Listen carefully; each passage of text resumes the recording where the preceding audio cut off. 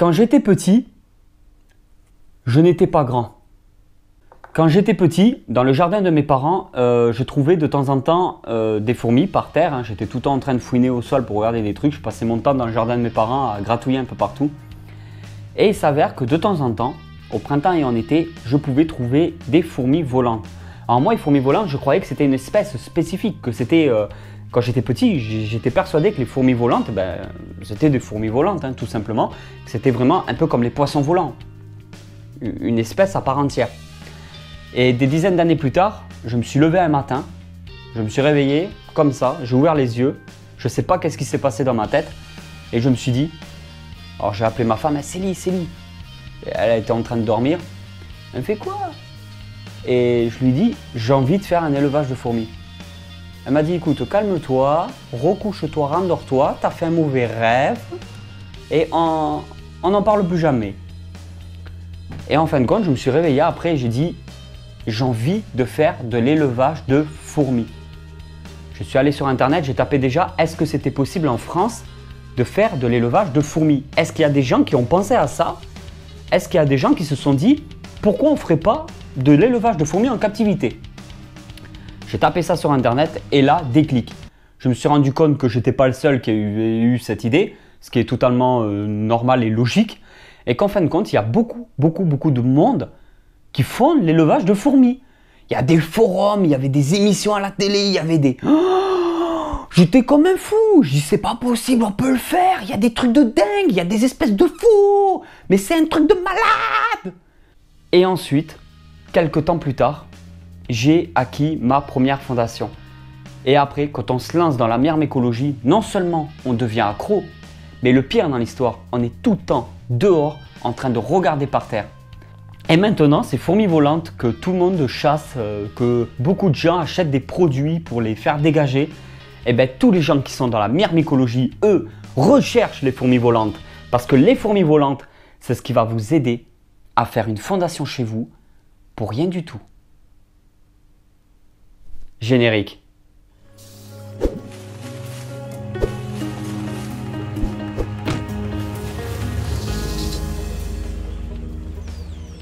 Et salut tout le monde! Aujourd'hui, vous l'aurez compris, on va parler des essaimages.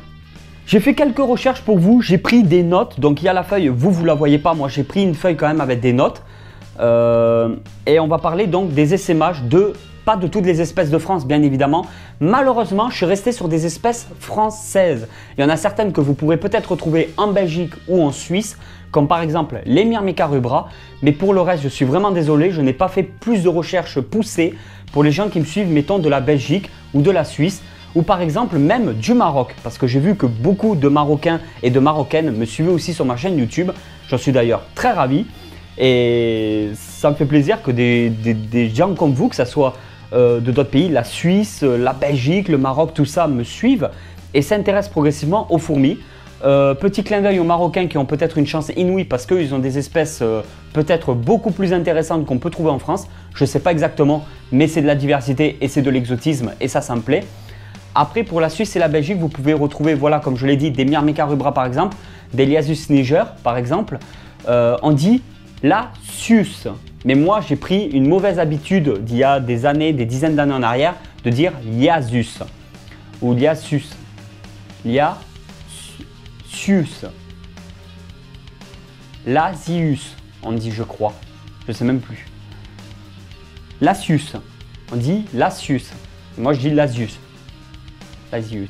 Alors, je vais vous parler du coup de quelques espèces que j'aime beaucoup, qu'on peut retrouver en France, et les périodes de l'année où il y a des essaimages.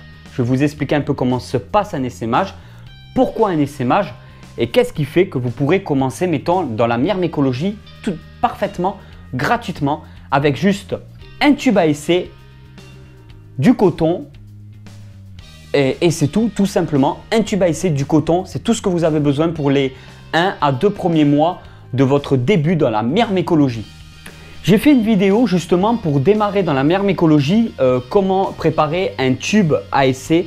Je vous mets vite fait ici, quelque part vers ici, il y a une petite vidéo où je vous montre quelques passages. Vous pourrez retrouver cette vidéo en bas dans la description de celle-ci. et vous saurez comment préparer un tube à essai pour y mettre votre première gine. Alors, il faut savoir que les fourmis volantes, c'est génial. C'est tout simplement les princes et les princesses, donc les gines qui sont fécondés par les mâles. Donc on appelle ça un envol nuptial. Souvent, en fin de compte, pour la plupart des espèces, ce qui se passe, c'est que lors d'un essaimage, les gines, les sexués, on appelle ça des sexués, sortent de la colonie mère.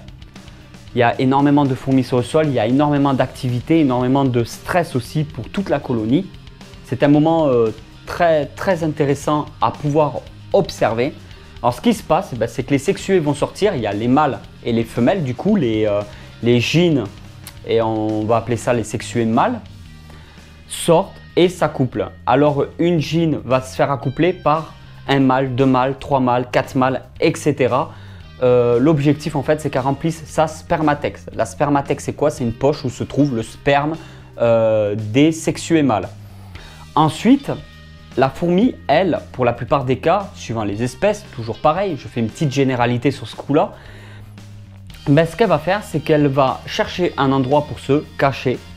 Elle va contracter les muscles qui se trouvent sur son dos pour faire tomber ses ailes. Et là, elle va creuser un petit trou, quelque chose, elle va se mettre dans un petit creux, dans du bois mort, etc. Toujours suivant l'espèce.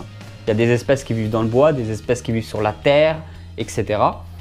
Et là, ce qui va se passer, c'est qu'elle va commencer à pondre progressivement, à vivre pour la plupart des fourmis sur leurs réserves, où certaines reines vont aller chasser, malheureusement, mais la plupart des fourmis restent sur leurs réserves le temps de nourrir les premières larves, les premières ouvrières qui iront chercher la nourriture pour elles, etc., etc., etc., etc. Pour débuter dans la myrmécologie, ça peut être 100% gratuit si vous vous débrouillez bien et que vous êtes surtout très patient. Votre objectif, si vous l'acceptez, c'est de trouver des essaimages en nature. Et pour ça, il n'y a pas 36 000 solutions. Vous devez sortir le soir tard, souvent après une pluie fine ou 2 ou 3 jours après un orage. C'est au printemps et c'est printemps, été et un petit peu automne. En hiver, il n'y a pas d'essaimage en France. Je vous ferai afficher une carte sur ce côté-là, une carte de France où j'ai inclus aussi du coup la Corse, et vous aurez toute la zone en vert de là où vous trouverez l'espèce de fourmi que je vais vous indiquer. Comme ça, vous saurez si cette espèce déjà existe dans votre région. Ensuite, c'est à vous de faire vos recherches sur internet pour savoir si c'est une espèce qui aime l'humidité, qui aime les fortes chaleurs, qui aime se retrouver dans des champs ou dans des bois ou sur le bord des trottoirs, ce qui va vous donner des petits indices. Comme ça, vous, de votre côté, vous avez juste à savoir la période de l'année où elle essaime. Vous savez dans la région de France où elle se trouve. À vous de trouver derrière juste, en fait, là où elle pourrait se trouver, là où c'est le plus probable qu'elle se trouve. Je commence avec les Camponotus cruentatus. Les Camponotus cruentatus, c'est des Camponotus qui sont énormes. L'une des plus grosses fourmis de France avec la Camponotus liniperdus, on en reviendra plus tard. J'aurai même des présentations sur ces espèces-là. La Camponotus cruentatus, elle, du coup, se trouve dans cette partie-là de France. Voilà. Là, vous pouvez voir où elle se trouve. Et vous avez les essaimages entre juillet et août. Toujours pareil, vous avez plus de chances de trouver des Camponotus cruentatus après une petite pluie ou un orage. Que la terre soit un petit peu humide, qu'il arrête de pleuvoir depuis quelques heures, voire quelques jours, il y a plus de chances que vous tombiez sur un essaimage qu'en pleine journée. Voilà, vers 4h, 5h, 6h, 7h, 8h, vous avez plus de chances que mettons le matin à 10h ou à midi ou à 13h. Faites très attention à ça aussi, c'est toujours mieux en fin de journée. La Camponotus latellaris. La Camponotus latellaris que je vois souvent dans le sud de la France font des petites colonies. Elles ressemblent beaucoup, attention à s'y méprendre, aux Crématogaster scutellaris, sauf qu'elles sont quand même un tout petit peu plus grandes parce que ce sont des camponotes. Mais derrière, elles ont aussi, comme toutes Camponotus, des majors dans leur colonie. Les Camponotus cruentatus vivent dans des endroits quand même assez secs. On peut la trouver dans du bois et je l'ai déjà trouvé aussi dans de la terre, mais de la terre vraiment très sèche. Et cette petite colonie qui est quand même assez discrète, vous la trouverez dans cette partie-là de la France. Elle fait les essaimages d'avril à mai. Alors attention, ce sont les essaimages au printemps. C'est pour très bientôt. Faites très attention à ça. Si cette espèce vous intéresse, elle est super pour les débutants et elle vous permettra de passer d'excellents moments. Camponotus liniperdus. Cette espèce qui fait partie, comme la Camponotus cruentatus que j'avais dit précédemment, fait partie des fourmis les plus grandes de France. Elle est magnifique. La reine, il me semble, est pas très loin des 2 cm si je dis pas de bêtises. J'ai déjà eu le bonheur avec un copain à moi de tomber sur une colonie énorme en nature. Une petite dédicace à Aurélien qui se reconnaîtra s'il regarde cette vidéo. On était sur une aire d'autoroute et dans un endroit un petit peu plateau, limite un petit peu montagneux, mais pas vraiment montagne, hein, c'est plus des plateaux, enfin il y a un peu de relief. On était sur justement une aire d'autoroute et ensuite il y avait donc un petit peu de nature. Et pour vous donner une idée de l'environnement où ils ont trouvé, les arbres c'était des conifères, donc des résineux. On les avait trouvés en bas sous une grosse pierre, tout simplement. Il y avait une colonie énorme. Les majors, ils étaient énormes. C'est hyper impressionnant. Attention, la Camponotus liniperdus, tout comme la cruentatus, je la conseillerais peut-être pas aux débutants. Elle est quand même très lente à démarrer, très sujet au stress et très décourageante pour certains éleveurs amateurs qui viennent de débuter dans la myrmécologie. Camponotus vagus, une Camponotus très basique, très simple, avec un comportement qui sera vous étonner. Vous la trouverez ici. Attention, essaimage en avril et en mai, c'est pour très bientôt aussi. Si vous voulez aller la voir, je ne connais pas trop cette espèce, je n'ai pas trop d'informations dessus. À vous de faire vos recherches, mais au moins je vous ai donné la région et les dates d'essaimage.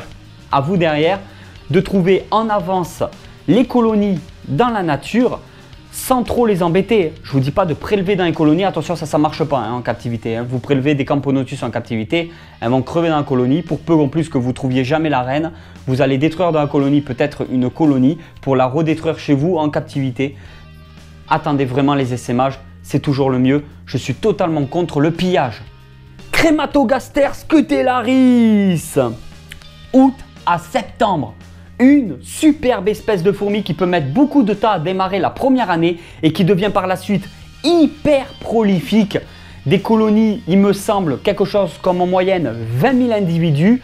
Merci à quelques petits commentaires que j'ai reçus. Petit clin d'œil à vous justement de m'avoir aidé pour le nombre d'ouvrières. J'ai fait une vidéo spécifique sur les Crématogaster scutellaris où je présente cette espèce. Vous la trouverez surtout dans les charpentes et dans le bois mort en nature, dans les zones très sèches. C'est une espèce qui n'aime pas du tout l'humidité. Par contre, pour la gîne seule, il vous faudra obligatoirement un tube à essai avec une réserve d'eau pour avoir d'abord les premières ouvrières, un peu d'humidité. Par la suite, si vous avez les premières ouvrières, vous pouvez mettre un abreuvoir dans une aire de chasse. Les ouvrières amèneront elles-mêmes l'eau et les liquides sucrés à la gîne et aux nymphes au sein de la colonie sans que vous ayez besoin d'humidifier votre nid. C'est très important, c'est une espèce qui peut creuser, le nid doit être blindé pour être sûr qu'il n'y ait pas de problème. C'est une espèce donc qui fait les essaimages avant l'hiver, juste avant l'hiver, quand la baisse de température commence à se ressentir progressivement. Vous pouvez trouver des essaimages. Moi, je les trouvais surtout le soir à la tombée de la nuit. Je repérais d'abord en avance les colonies de Crématogaster. Dans le sud de la France, vous en trouvez quand même régulièrement, même en ville, hein, en centre-ville, vous pouvez aussi en trouver. Liasus emarginatus. Alors j'ai quelques petites fondations qui sont sorties de diapose justement il y a quelques semaines en arrière qui se portent à merveille. C'est une espèce qui fait les essaimages en juillet et en août à la tombée de la nuit après une forte pluie et vous pouvez la trouver ici. Cette espèce-là, vous pouvez la trouver comme vous l'avez vu partout. C'est probablement des plus faciles à maintenir en captivité. Elle sera ravir en plus de ça les débutants mais aussi les confirmés. Moi personnellement, ça m'a fait revoir un peu le milieu de la myrmécologie quand j'ai décidé de me mettre au Liasus. Liasus niger, aussi une des espèces les plus simples à élever en captivité. Elle a besoin d'un petit peu d'humidité aussi. C'est une petite espèce hyper prolifique, tout comme les Liasus emarginatus. Et vous pouvez la trouver dans toute cette partie-là de la France, tout simplement. Essaimage juin à août. Messor barbarus, une des fourmis préférées des débutants comme des confirmés dans la myrmécologie française. Cette espèce, vous pouvez la trouver sur tout le pourtour méditerranéen. J'ai l'impression de faire Monsieur Météo aujourd'hui. Or, comme vous pouvez le voir, vous pouvez la trouver à ce niveau-là. Et les Mesor barbarus ne possèdent pas de jabot social. Attention à ça. Humidifiez quand même votre nid. C'est une espèce qui est principalement granivore.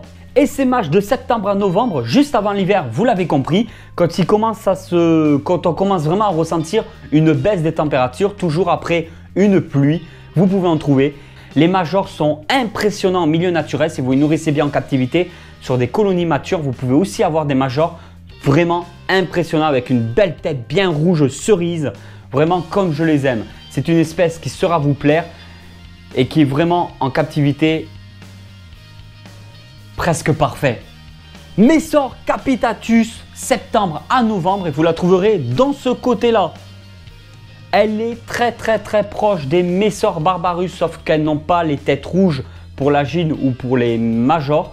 La tête n'est pas du tout rouge, c'est une espèce qui est toute noire, un peu brillant. C'est une espèce de Mesor très impressionnante, plus gros il me semble que les Mesor barbarus, avec des majors vraiment aussi énormes. Myrmica rubra, essaimage de juin à août, vous pouvez la retrouver dans toute l'Europe du Nord, pratiquement partout en fait. Mais vous la retrouverez, moi je fais toujours pareil, la carte de la France. La voici. Vous pouvez la retrouver un peu partout, vous l'avez bien compris.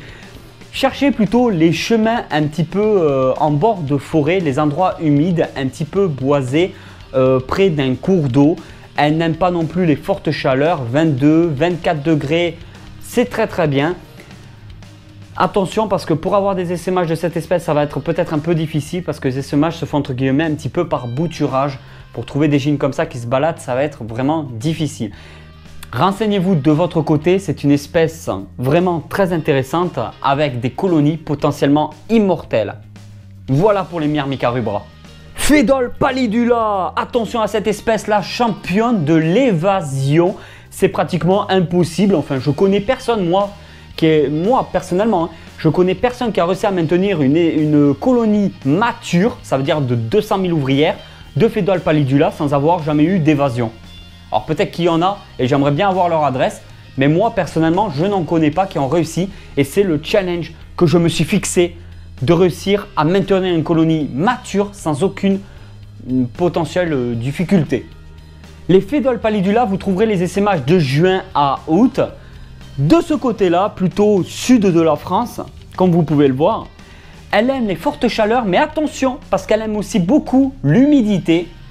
C'est vraiment une fourmi qui chasse beaucoup des magnifiques majors et elle peut être très agressive et toute petite. Mais alors, au niveau comportement, j'adore ça, j'en suis fanatique, je suis à fond dans les Phédoles. J'espère que cette vidéo sur les essaimages où j'ai donné un minimum d'informations seulement parce que j'estime que c'est aussi à vous de faire vos recherches de votre côté que cette vidéo vous a plu.